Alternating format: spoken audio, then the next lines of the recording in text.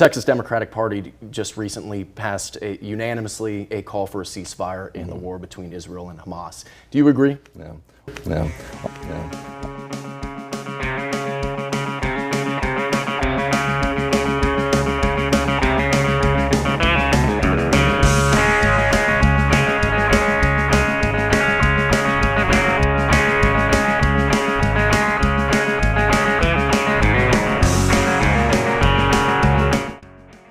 And to me, democracies like ours, whether it's the Americans or the Israelis, we are strengthened, not weakened, when we apply the standards and values of our country to the way we conduct ourselves in military conflicts.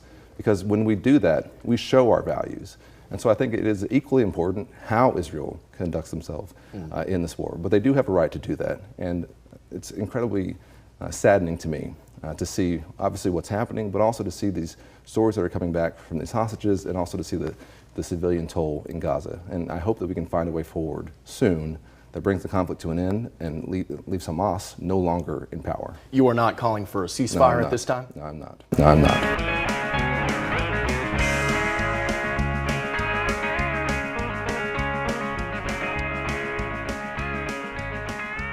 Yes, folks. Left Reckoning 147. Is Guatemala the next coup victim? My name is David Griscom, and I'm broadcasting to y'all live from the great state of Texas. Just me this week. Matt is celebrating his birthday. I hope all of y'all have taken the time to let him know that we are thinking of him and care about him. I think that he's probably having a very good time right now, as Sam Cedar said, catching up on some video games. But we still got a good program for y'all. Got some really fun stuff. In just a moment, we are going to be joined by Vaclav Masek Sánchez, who is a Latin Americanist, a Guatemalan, and he's going to be talking to us about this slow coup that is happening in Guatemala. It's a really, really important story. We want to make sure that we were highlighting it on Left Reckoning. There's a lot going on all over the country and all over the world, but this is something that is absolutely crucial that we have eyes on, that people are making sure that they're keeping in contact with the representatives, talking about what's going on, understanding that. So more in-depth conversation of that in just a moment.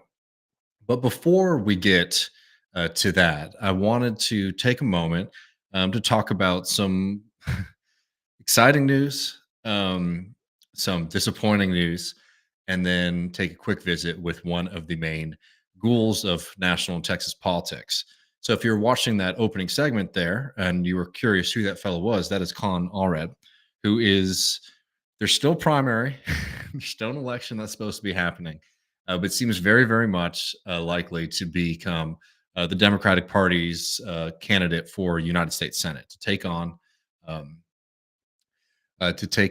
and try to flip the state of Texas. Now, I'm not particularly impressed with Allred in general, I have to say. He's sort of shown himself to be a kind of empty suit politician, a kind of neutral politician in the general sense of him sort of not really representing, serious social movements or anything like that. Just sort of an avatar of Democratic Party politics, both nationally and right here in the state of Texas. There's no doubt about it that this guy is going to raise some money, but I highly doubt that this is going to be somebody who's able to put up a serious challenge for the Democratic Party to win the Senate seat here in Texas in the upcoming election. Now, I bring all that up just to note why his statement was so frustrating just there. And we'll play it again in just a second. Because the Texas State Democratic Party over last week, actually endorsed a ceasefire proposal. And I'll just pull this up right fast for y'all. I believe Texas was the first Democratic Party in the country to have a state Democratic Party calling for a ceasefire. And look, there's a lot of ambivalence here. There's a lot of things that, we can sort of quibble with 100%. And as people know, this is not a program where we're just sitting around and boosting the Democratic Party. But what this is showing is that a tremendous amount of the grassroots organizing and work that has been done by people, y'all included, over the fight against the genocide in Gaza, is making a difference. And even politicians, even in unreflective bodies, are starting to respond to some extent. And this news right here is a part of that. The Texas State Democratic Party Executive Committee unanimously passes Israeli-Palestinian resolution, calls for humanitarian ceasefire and release of hostages. Now, of course, this statement's going to have all of the kind of hallmarks of the, um, both sidesism that is sort of typical of most political parties and certainly of the Democratic Party. But no doubt about it, that having the Democratic Party come out and call for a ceasefire is significant, right? We would want to be stronger. We'd want to have other things in there. But no doubt about it that this call for ceasefire is significant. And most importantly, and this is the thing that I think a lot of people miss on our side when we talk about these things. This is not, oh my God, I've now been bamboozled and tricked by this party and this organization, and I'm now a massive supporter of it. No, this is the direct result of on the ground organizing, of people showing up in the march like we had in Austin just a couple weeks ago, where thousands of people were in the street. This is a response to that. So when you start to see the people in power and the people of influence start to buckle, you should take some confidence in the strength and the victories that you've been achieving. Is it enough? No. Is this going to answer our problems? Certainly not. But this is one of those moments where you can say, hey, look, something is moving right now because of the work that people have been doing. On top of this, obviously, we all know about the UAW coming out with a very strong support of a ceasefire and the end to the genocide in Gaza, along with other local unions here in Austin and across the state as well. There's been a significant role played by labor, played by a lot of significant social and community organizations across the state and across the country. This is something that takes some, a moment to be able to celebrate. And then we got somebody like Colin Allred, somebody who is trying, who again, it seems like the state Democratic Party is trying to sort of push him to be the nominee for Texas Senate candidate in the state of Texas, and him giving the same kind of wishy-washy answer. And I'm just going to play it again for y'all because I think there's a couple things in here that are worth taking a moment to know. The Texas Democratic Party just recently passed unanimously a call for a ceasefire in the war between Israel and Hamas. Do you agree? Yeah, I'm on the Foreign Affairs Committee, and I think this is a time for mature and solid leadership. And to me, what we have to do in terms of this conflict is continue to try and get humanitarian aid into Gaza to try and protect civilians as much as possible, but understanding this is a war of choice by Hamas. They chose this war. They are still holding over 200 hostages right now. They could release those hostages. They could lay down their arms. And so Israel has every right to defend itself, but they have to do that within the context of the laws of war. And to me, democracies like ours, whether it's the Americans or the Israelis, we are strengthened, not weakened, when we apply the standards and values of our country to the way we conduct ourselves in military conflicts. Because when we do that, we show our values. And so I think it is equally important how Israel conducts themselves in this war. But they do have a right to do that. And it's incredibly saddening to me to see, obviously, what's happening, but also to see these stories that are coming back from these hostages and also to see the civilian toll in Gaza. And I hope that we can find a way forward soon that brings the conflict to an end and leaves Hamas no longer in power. You are not calling for a ceasefire at this time? No, I'm not. We'll note a couple things there. One thing that is very notable about that clip is both times when Colin Allred says that he's not going to take on, it's the thing about the reason that having the state Democratic Party said that they endorse a ceasefire, and again with all the caveats, all of the kind of opportunities for people to in the Democratic Party to sort of say, oh look, this is what we were always supporting from the get-go, right? These kind of half measures, things like that. It's all in there, right? There's plenty of off ramps for people who don't want to get in too much trouble with the pro-Israel mass murder lobby. Now, so the opportunity is 100% there for somebody like Allred to say, hey, I support what the state Democratic Party has said, and I think that Hamas is bad, blah blah blah blah, right? All the kind of stuff that they're going to say. But instead, he doesn't. But what's really notable about that is in both times that he is asked directly whether or not he supports what the Texas Democratic Party has said that it supports, he says no, but he says it real quiet. And then when I was putting together the intro clip, I had to boost the audio a little bit to make sure that people could hear very clearly that he was saying no, because he sort of says it under his breath.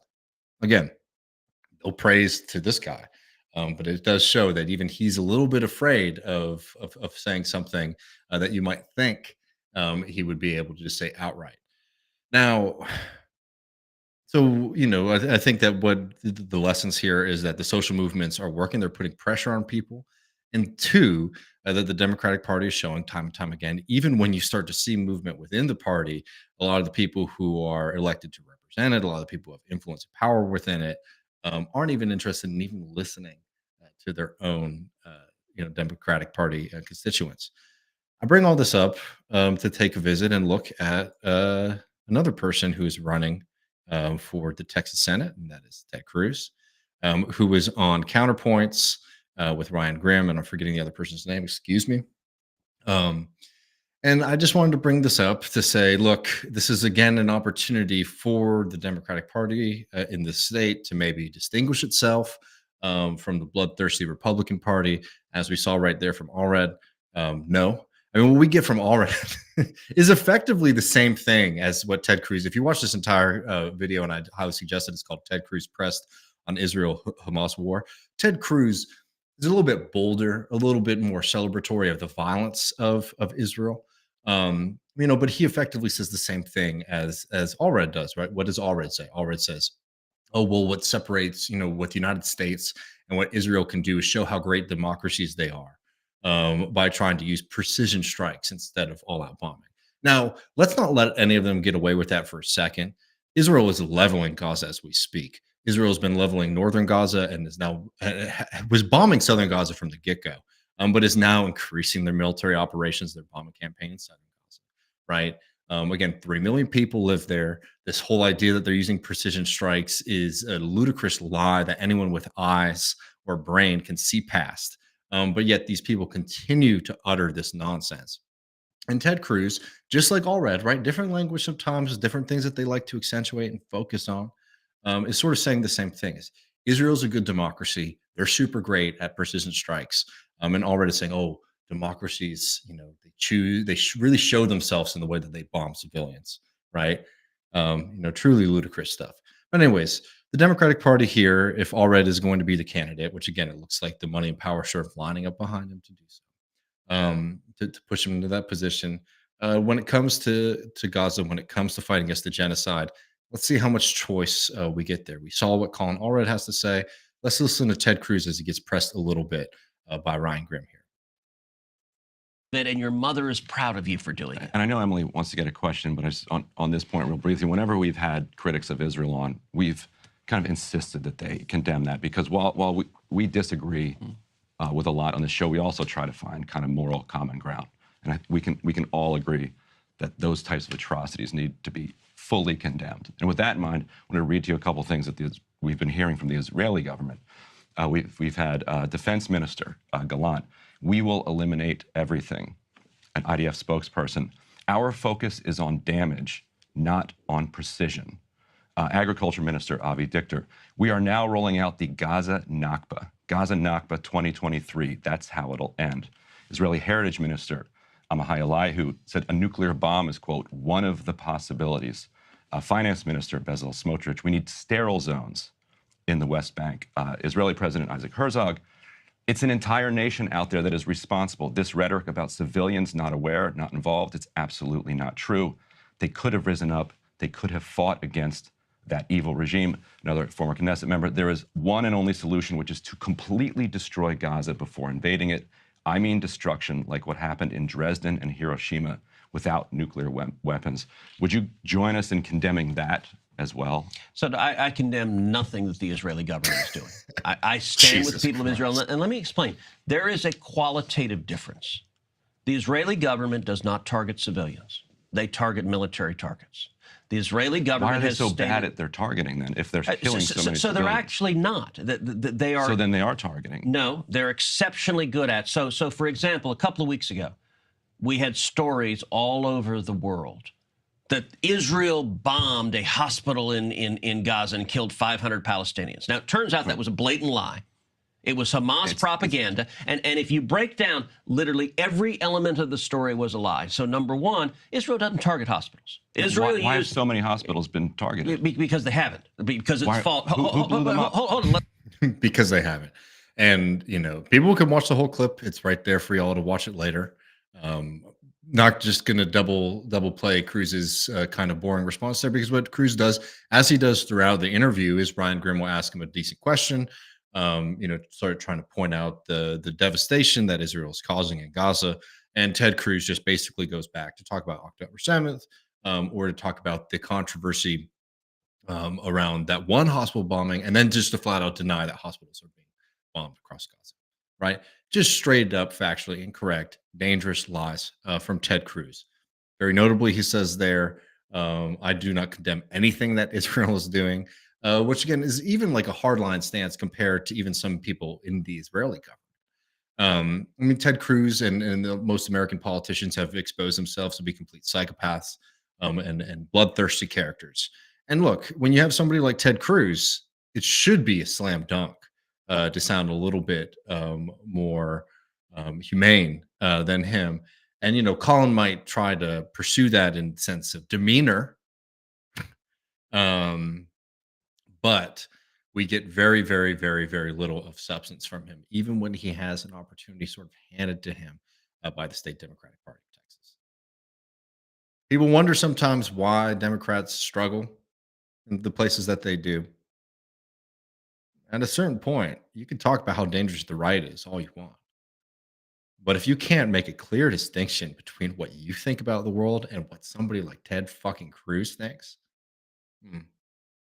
doesn't look too good for you, Bubba. Well, on that, we're going to jump over to the interview in just 1 second. I got a couple quick housekeeping things for y'all. Immediately after our conversation on Guatemala, I'm going to be jumping over the post game, and we're trying something new tonight. In the post game, we are going to have live call-ins. Usually we do voicemails. I've set up a system where we're going to be able to chat a little bit. We're going to do them one by one so people can get in line and we'll be able to hang out, talk a little bit. We also have some clips and things like that. You get access to that patreon.com/leftreckoning. People who are audio patrons, you will see there is a link to the chat room so that you can join it in Discord. I will add everybody again so they can get access to that. So if you want to come by and chat with us after this interview, should be done in about 45 minutes to an hour. Please do that. I'd love to hear from y'all. As people know, Matt's not here because he's celebrating his birthday. Figured it might be a good time for us all to sort of catch up and chat and hang out in the post game. So again, access that patreon.com/leftreckoning. While I'm at it in the pitch section, don't forget that we have our merch up for Left Reckoning. You can find that at the leftreckoning.com/store. If you want to get that stuff before Christmas, you need to order it before the 7th. We can try to see if we can get things out, but I just can't guarantee after that you'll be able to get it. We have our new Fence Cutter sweatshirt. Look at that. Good looking guy there. We got our Left Reckoning cap, our Great Plains t-shirt, and our Big Tex tank.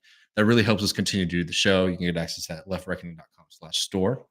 And we're going to be doing more on this in the near future. But if you missed it, I have a piece out in Jacobin that I've been working on for a really, really long time that I think really captures the ethos of Left Reckoning. It's called When Black and White Tenant Farmers Joined Together to Take on the Plantation South.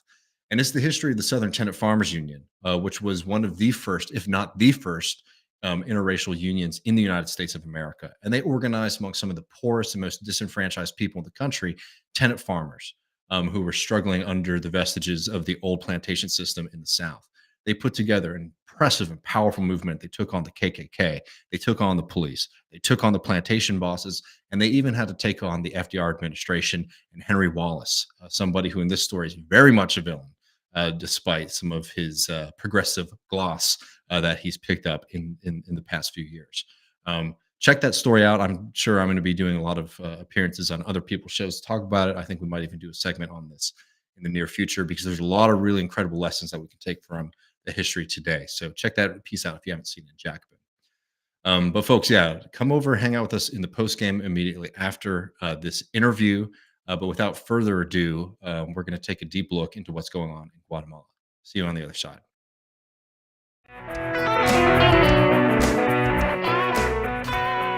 Welcome back, Left Reckoners. I'm Matt Leck. With me is David Griscom. Hello, David. How's it going, brother? It's going well. And joining us now is Vaclav Masek Sánchez. He's a Guatemalan Latin Americanist and sociologist. Who I've been following at _Vaclav Masek on Twitter, as Bernardo Arévalo, the president-elect, sort of deals with some obstacles toward getting to the presidency. Vaclav, thanks so much for being here, first of all. No, thanks, Matt, David. Big fan of the show and very happy to be here. We're really pleased to have you. Now, who is Bernardo Arévalo for folks who haven't been following along? Yeah, Bernardo Arévalo de León has been a Congress member as Semillas leader, as Semilla is the party, since 2020. Bernardo is also the son of Guatemala's first democratically elected president, Juan José Arévalo Bermejo, who is remembered for being popularly elected after the 1944 revolution in Guatemala, who deposed a military dictatorship with very fascist tendencies. Bernardo was born in exile in Uruguay after his father and the rest of the revolutionary junta had to flee the country following the US-backed coup d'etat in 1954. We might remember this during the Eisenhower administration against Jacobo Arbenz Guzman. A lot of psychological warfare, sort of the training ground for the Bay of Pigs. And President-elect Arévalo, who is 64 years old, is a trained sociologist, which I really like because I am also a sociologist. He's a doctor in philosophy and social anthropology.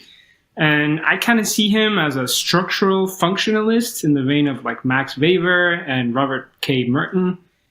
So he's concerned with capitalism, but he's hopeful that competition can solve society's problems by promoting stability. Arévalo de León was also an ambassador of Guatemala to Spain between 1995 and 1996. He was a vice minister of foreign affairs in 1994. And between 1984 and 1988, he was a prime secretary and consul to the Guatemalan embassy in Israel. So as we can see, he has a long trajectory in public administration. And he's one of the first guys to ever make it to the presidency with a career, not with clientelistic practices or through nepotism. So this is kind of a breath of fresh air for us in Guatemalan politics. Yeah, I mean, could you talk a little bit, just for folks who may have not been following as closely, a little bit about the campaign and what was being promised? Because, he sort of went under the radar of polling for a while and was able to put together a pretty impressive coalition to end up winning the election. Yeah, Bernardo Arévalo was actually elected back in August of this year, and he led a group of idealistic young people who dreamed up an anti-corruption political party while they were still college students. This is sort of the core of the Movimiento Semilla political party. The ruling elite in Guatemala had pushed nearly every opposition candidate off the ballot using this legal trickery, but they left Arévalo on the ballot because they were polling terribly, as David mentioned. So he surprised everyone, and he won by 21 points on the second round. And since then, the Attorney General of Guatemala, which I'll go into detail a little bit later on, has tried to stop him from taking office. They claimed there was electoral fraud, then they raided the offices and suspended his party. And even after the elections had been certified, they ransacked the Electoral Commission. So Movimiento Semillas and Bernardo Arévalo's landslide victory speaks to a question of global importance. How can democratic oppositions win free but unfair elections? One answer, perhaps not very satisfying, is that it's almost by accident.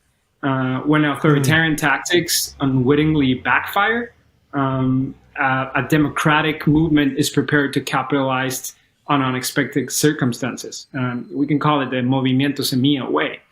And then there's a clear lesson for democratic oppositions in competitive authoritarian regimes in Latin America and elsewhere. And it's that you have to do the hard work, right? You have to prioritize organization and movement building based on principles, democracy, accountability, and transparency. You have to play the long game because you never know when authoritarians might make a mistake. You can't take any shortcuts, so you have to participate in every electoral contest that there is, even though you might be aware that it's unfair. and you don't have to play the odds. Because non-democratic regimes make mistakes all the time, and you have to be prepared.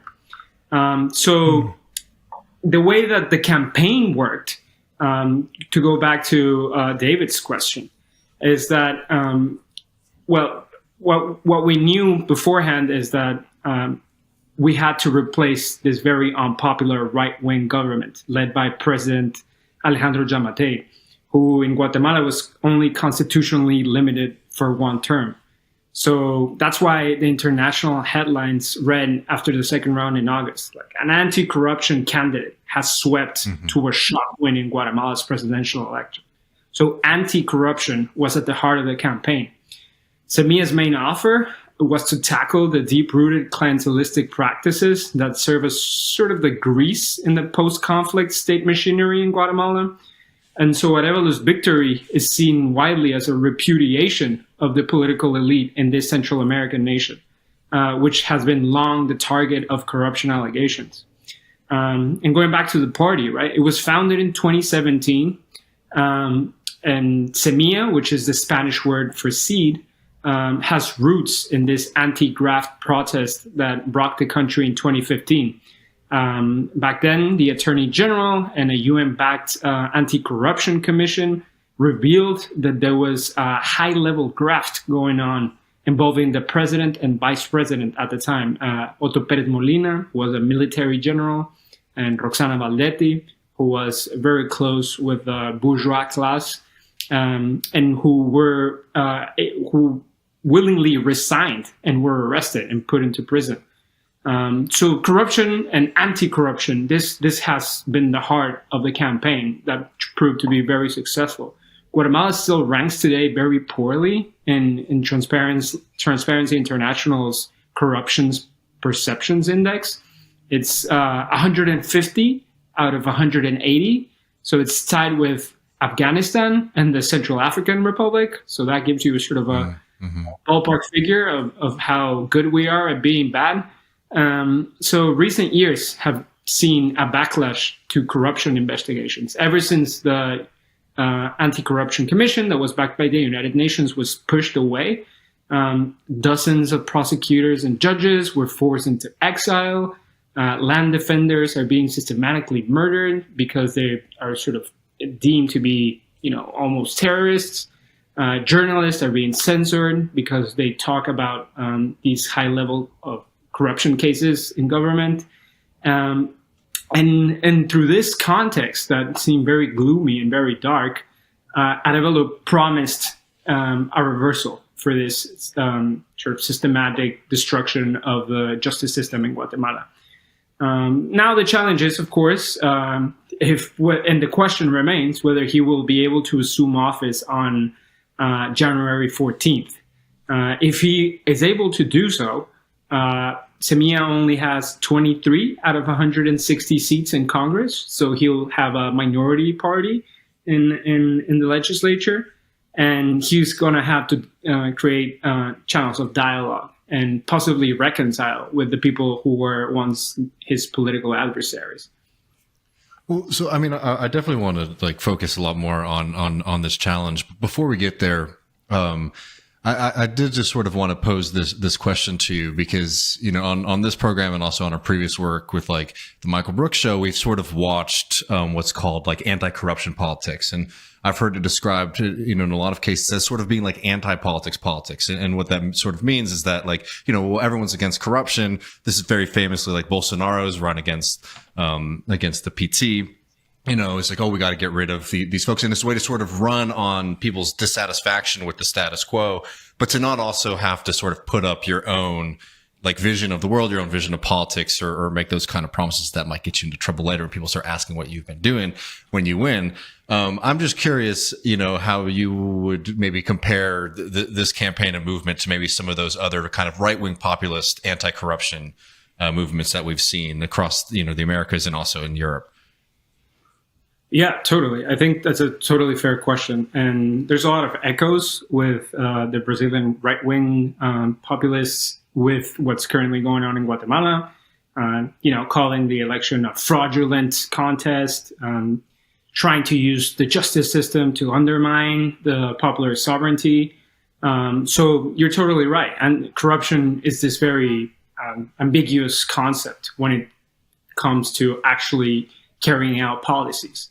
But the difference with Semilla is that since it's a new party and it's sort of it came into being outside of the sort of the post-conflict party system configuration of ex-military intelligence units, historically landed classes with their own electoral vehicles. It came into being in a moment where mass mobilizations were taking root in Guatemala, and they were very intersectional. You saw indigenous groups, university students, the professional class, all of whom were very clear what corruption meant, and that is using public funds and extracting public funds from the state for their own personal use, right? Essentially using the state as their own private bank and extracting funds that were used for public safety, education, and the health system for their own, and especially contracts, right? State contracts, giving it to their own businesses. Once Semilla was able to articulate this, to sort of make the idea of corruption less ambiguous and more concrete, and people started realizing, yeah, Bernardo and the rest of the Semilla gang is kind of onto something, right? Why do we keep electing folks who never fulfill their campaign trail promises, but rather just emerge as this new nouveau riche politicians who are never really able to fulfill their promises, but rather just drive nice cars and have, the ability to travel around the world and jet set from one place to the other. And at the same time, the country remains one of the poorest and most unequal in the world, right? Like, it's not only corruption from a visible perspective, but rather very practical. We are unable, to give you a very perhaps mundane perspective. We have one of the least connected highway systems in Latin America. It's very hard to move around Guatemala, and it's a very centralized country as well. We have very few cities. The public health system is collapsing. COVID was, a debacle in terms of how the country tried to respond to this emergency. And even that was a moment where the current administration of Alejandro Yamatei negotiated with the Russians, a very sketchy deal. We never got the vaccines. We used a lot of money. We don't know where it is. And that's why now not only people are very much aware what corruption means, right? Like, you are using public funds for your private use. And they are clear that it's a configuration of folks, right? Like, it's not just politicians that are being elected, but the remnants of the repressive state apparatus after the 36-year civil war that we had in Guatemala following that U.S.-backed coup d'etat that I mentioned at the beginning. So, traditional elites have benefited from this. So when you talk about corruption nowadays, you're also talking about, business people who are not only the bourgeois class, but are the landed oligarchy. So it's interesting to hear this debate kind of acquire a more concise component, right? We're talking about people who are benefiting from being in the government by becoming richer and richer. Yeah, let's move now to this lawfare against Arévalo, because I think that kind of brings this full circle, right? The guy running on anti-corruption politics is nonetheless being attacked sort of in a way that we saw Lula, kind of. I don't know if you would accept that comparison, but yeah, what's been going on since Arévalo won the election? So, many of us believe that what we're witnessing, unfortunately for Guatemala, the interim period between when the election is over and before the president assumes office is very, very extensive. The second round of the elections where Arévalo won was in August 20th. So we're still sort of in the midst of this turbulent time. So we many of us believe that there's a coup ongoing against him. The coups in the past were an affair that happened in 2 days, right? Like with a lot of power. You saw tanks in the street. And maybe you saw armies and the security forces trying to generate a change, force a change in the government, ousting the people at the point of bayonets. But in the 20th century, we had a good share of coups in Guatemala, particularly military-backed coups. But now, we're in the 21st century, and all over the world, coups are being conducted by lawfare. I also understand that this might be a loaded term because, as in Brazil, lawfare was, used against Lula. I agree with that. So co-opted institutions are the ones that are carrying out the coup today. Justice institutions that then begin to be used as instruments to enact revenge. And they're used non-objectively, opportunistically, and sometimes even to the point of completely fabricating or falsifying evidence to try to attack somebody to gain the same effect that the old coups that used bayonets had, which is to prevent the people that won to take office or getting elected to office in order to govern. So the results are the same, and that's why we believe that there's an ongoing coup, or a slow motion coup, as Bernardo Arévalo himself called it. The means are different, but here in Guatemala, as it was in Brazil, the means are judicial persecution. In Guatemala, it is the Attorney General Consuelo Porras who has practically led the charge or the campaign against President-elect Arévalo, who was democratically elected by a large majority in August, as we said, from taking office. And up until that point, I must underline that the elections have been marked by irregularities, and that's why I called it a free but unfair election. The Electoral Commission disqualified 3 popular candidates, including the front runner in the polls, who was Carlos Pineda, and the most important indigenous candidate as well, Telma Cabrera. So thousands of Arévalo's supporters, were a little confused as to why they got to the second round, but we must consider the context of disqualifying a lot of the candidates that were polling really high. So when he made it to the second round, is when problems started to pile up for Arévalo and Semilla. Authorities suspended his party and launched investigations into how it was constituted. They alleged that it was fraudulently constituted by forging signatures of the original constituents. And from there, officials from the Attorney General's office raided the headquarters of Guatemala's Electoral Commission on 5 different occasions. They actually took out the ballot boxes, which is completely unconstitutional, and it's an affront to democracy.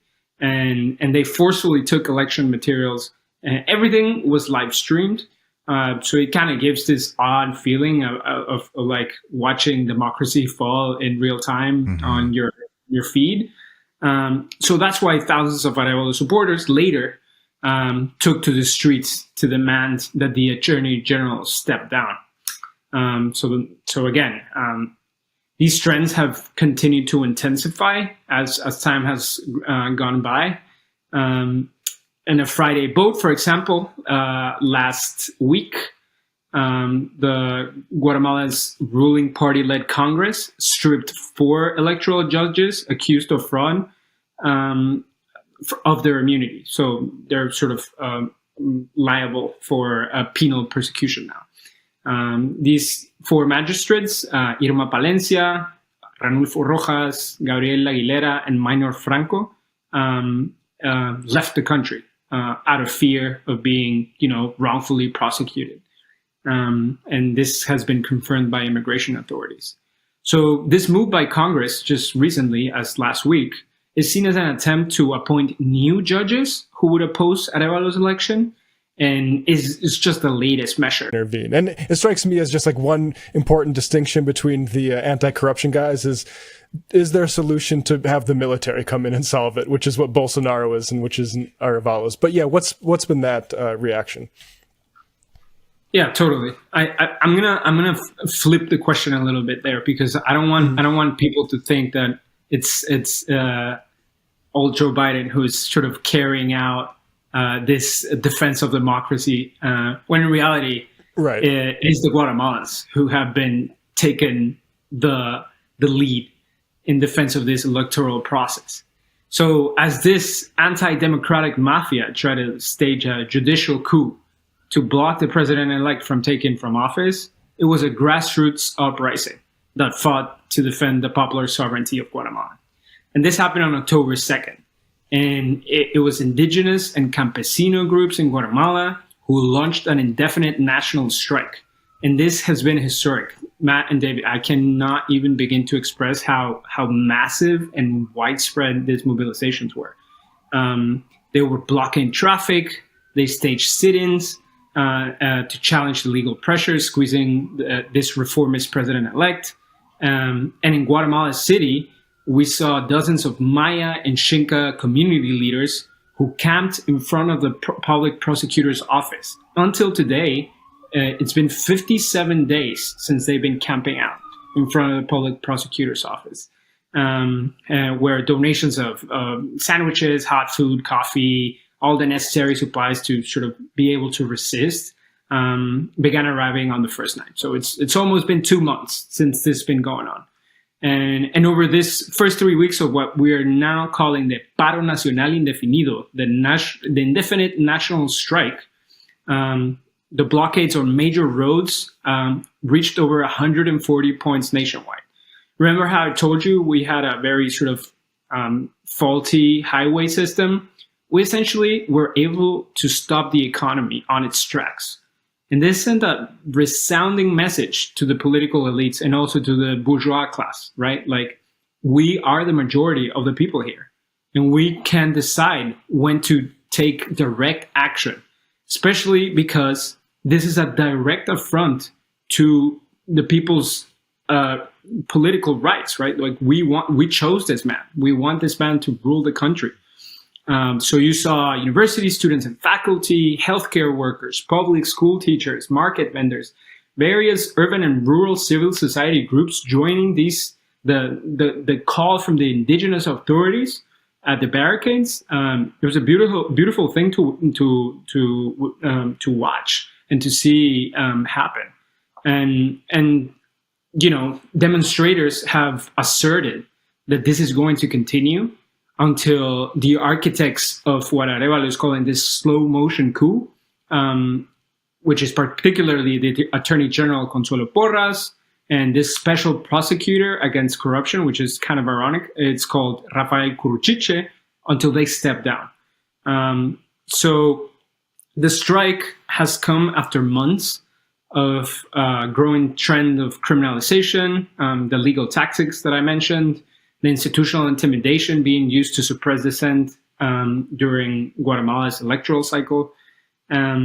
So the immediate spark of the national strike came after the raids that we were talking about at the beginning, and where we saw that, you know, the public prosecutor's office officials were taking out the ballot boxes, flanked by the police, forcibly breaking into them and checking vote by vote to see where the fraud was, and sort of these legal maneuvering, which enjoyed the protection of police and thus the collaboration of the executive branch, indicate that the state of Guatemala is unwilling to accept this change, right?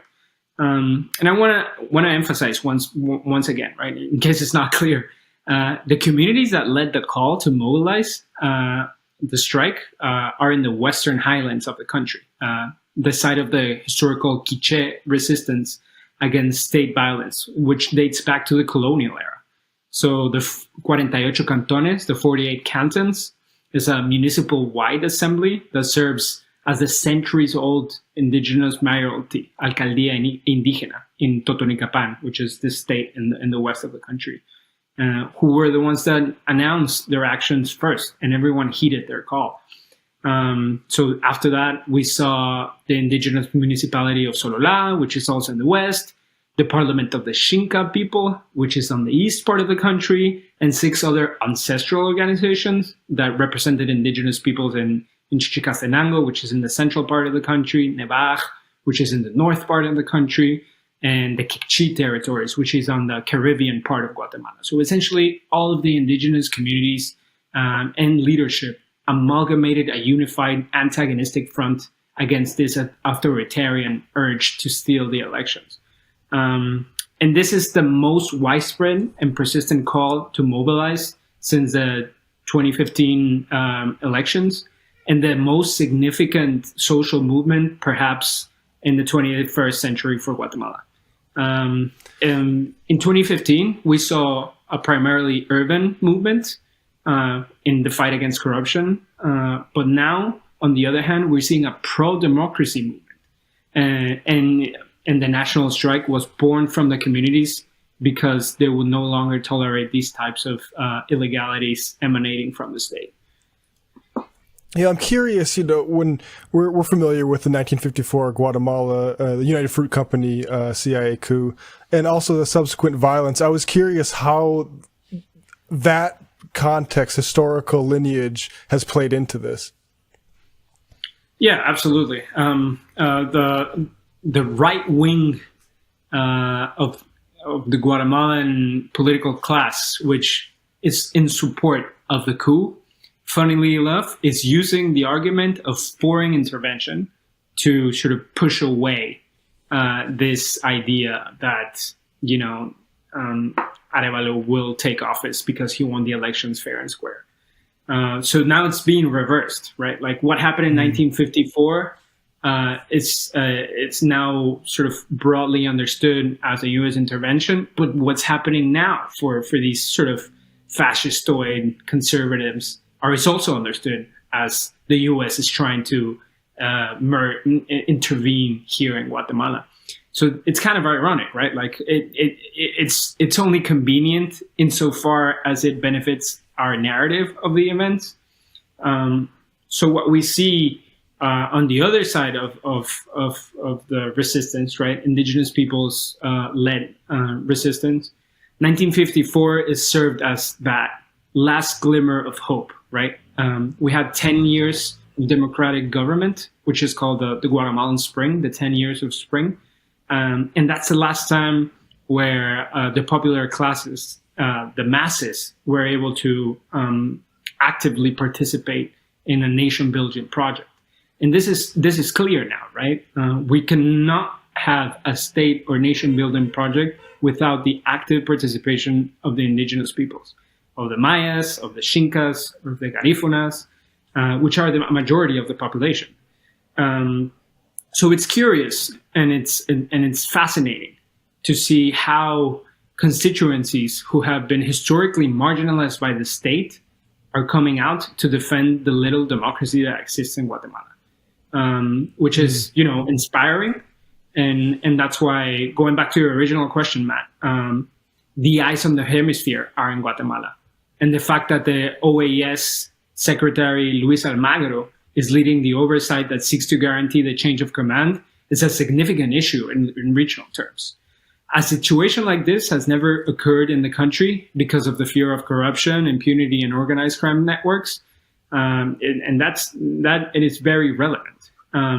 Even the United Nations High Commissioner for Human Rights said that the move to inhabilitate the tribunal, the electoral tribunal magistrates, and to stifle the peaceful transition of power is quote a long list of worrying actions against Guatemala, and is designed to undermine the electoral process and rule of law.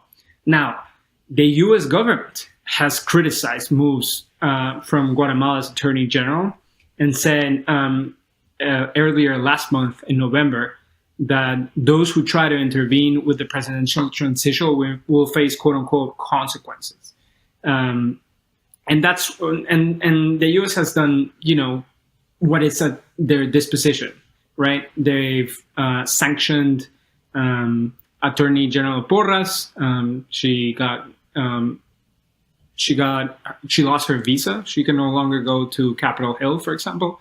And there's a bunch of other sort of government-affiliated officials who have also lost their visa.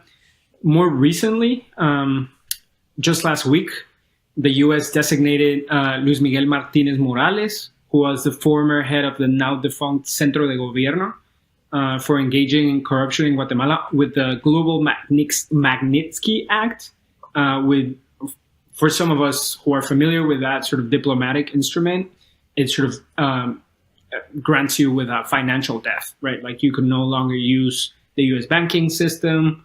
All the assets that you have in the U.S. are frozen. And this is because Martinez engaged in bribery and corruption, allegedly, right? Related to government contracts to benefit himself and close associates. And according to Washington, malign actors like Martinez, who many know, and this is not gossip, this is kind of like very well known. He's the outgoing President Alejandro Yamatei's romantic partner, have aimed to subvert the will of the Guatemalan people.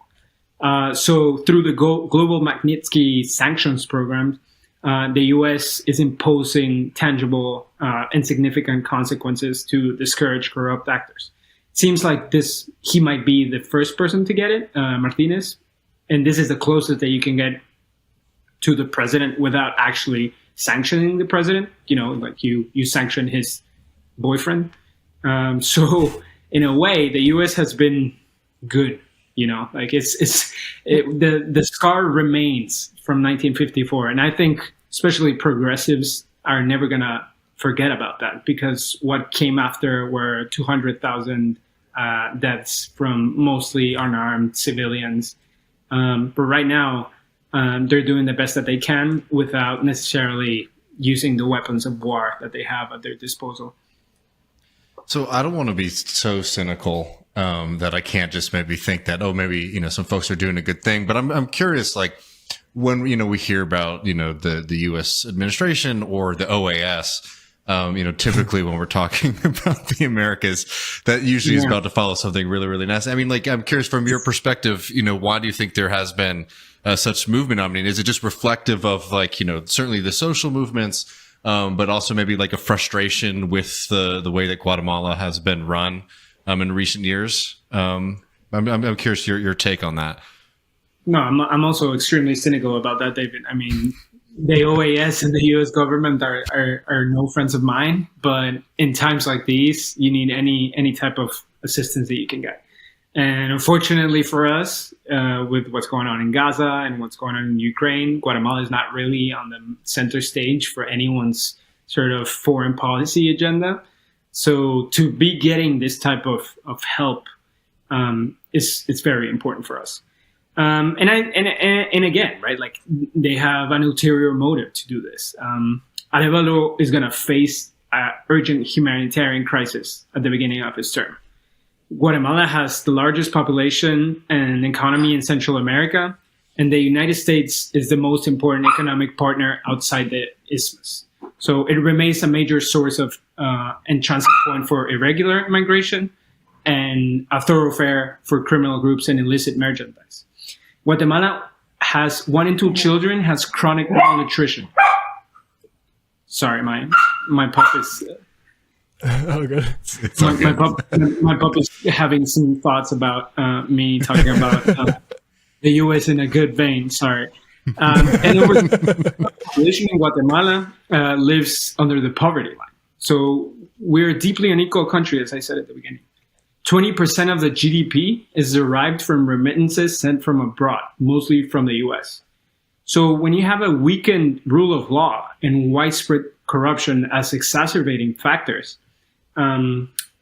particularly the other factors are poverty and climate change, they're forcing increasing numbers of people to migrate to the U.S. and search for better safety opportunities.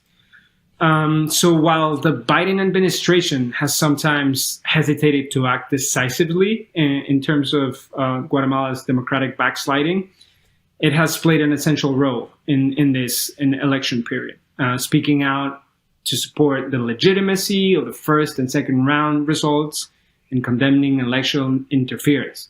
And their ulterior motive is to stifle the sources of illegal migration. Guatemala, during the administration of Alejandro Yamatei, essentially became the southernmost point for the CBP, right? The Custom and Border Patrol have now activities on the border of Guatemala, and many of us scholars who study these types of processes and dynamics believe that the U.S. border now reaches Guatemala. It's as simple as that, right? Like the U.S., whether it's Democrat or Republican, they don't want illegal migrants coming over, especially poor Guatemalans who are gonna put a burden on the social safety net.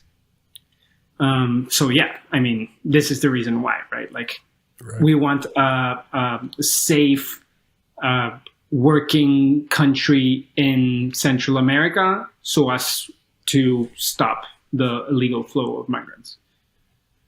Right. That makes a lot of sense. One final question I have, we sort of alluded to it, but assuming he gets into office in January, talk about the coalition situation and what he might be able to accomplish politically. Yeah, it's a tough hill to climb for Arévalo if he gets to assume office on January 14th. As I said at the beginning, he has 23 out of 160 seats in Congress, so he's going to have to negotiate with people that he formerly regarded as part of the corrupt class.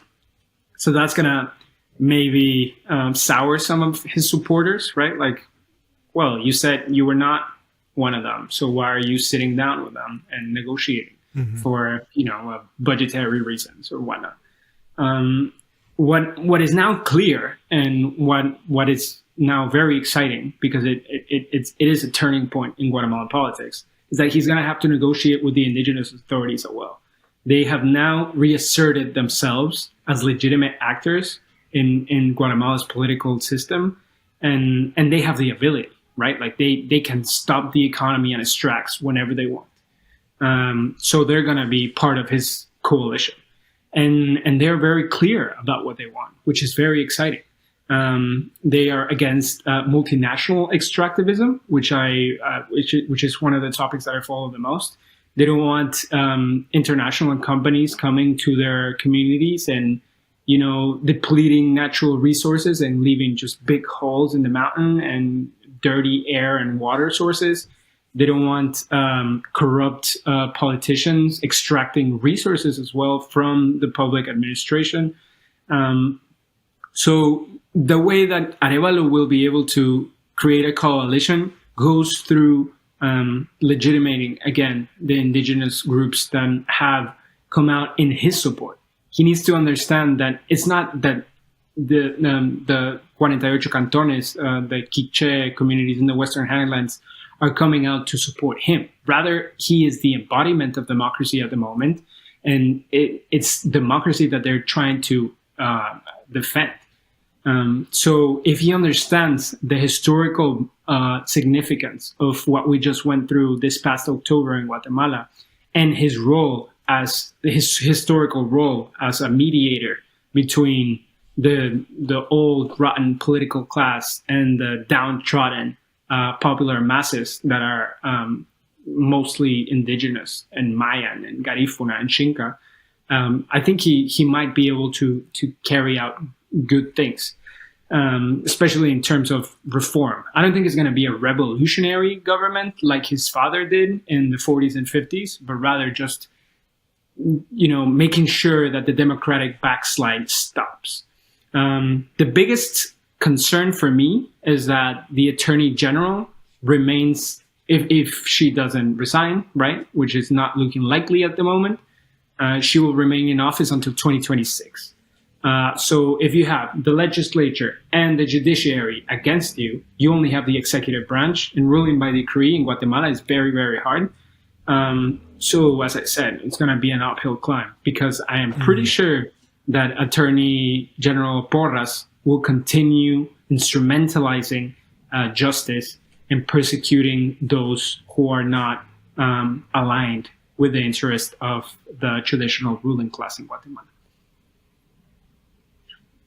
Yeah, fascinating stuff. Well, Vaclav Masek Sánchez, you can follow him at _VACLAVMASEK. Vaclav, thank you so much. We'll be checking in with you in January to see how hopefully we get this get Arévalo into office and don't have a massive legal catastrophe on our hands. But thank you so much for all the information.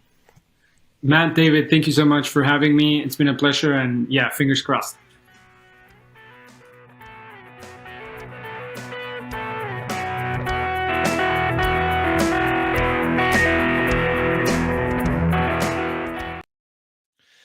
Yeah, no, it was really great having him on, and pretty worrying situation. And I think it's something to be noted. I mean, looking at some of these different coalitions in the role that anti-corruption politics plays. I mean, we'll certainly be watching what's happening in Guatemala closely on this program. Hopefully, this judicial lawfare coup is unsuccessful. But there's some really, really interesting and important dynamics there. So hope that y'all enjoyed that. Now, folks, what's up? We're going to go over the post game. As people know, Matt is off because he is celebrating his birthday, much deserved. We're going to go off in the post game, and we are trying something new tonight, something that we haven't done before. I'm hoping that it works. We're going to be doing a live voice call episode. So usually we do voicemails. This week we are going to do live voice calls. I will explain it again at the beginning of the post game, but I'll just say it really fast. You can get access to those voice calls by becoming a patron. That's how you get access to the post game and all of our other bonus content. Again, you get 2-to-1 content. You get the post game and you get the Sunday bonus episode. If you sign up at patreon.com/leftreckoning. If you're already a patron, join up on the Discord. We have a link for you to be able to do that. Go into the voice channels, and this room is called the live voice post game room. And if you get in there, we can have people call in, and we'll be able to play it on screen and be able to have a chat just like we used to do on the Michael Brooks show. So please come join us over there. Give me about 5 minutes, and I'll post the post game link on Patreon. Get into the voice chat room. If you hang out there and just mute yourself, I'll be able to get to calls in an orderly fashion, just sort of go down depending on when people show up. So please come and join us for that. Really hope you'll enjoy this episode, and we'll see you this Sunday with a bonus episode. We'll be back next Tuesday with Left Reckoning 148, which is going to be a little bit of a big and emotional episode, but more on that later. So see y'all in the post game, patreon.com/leftreckoning to get access. Take care, and see y'all soon.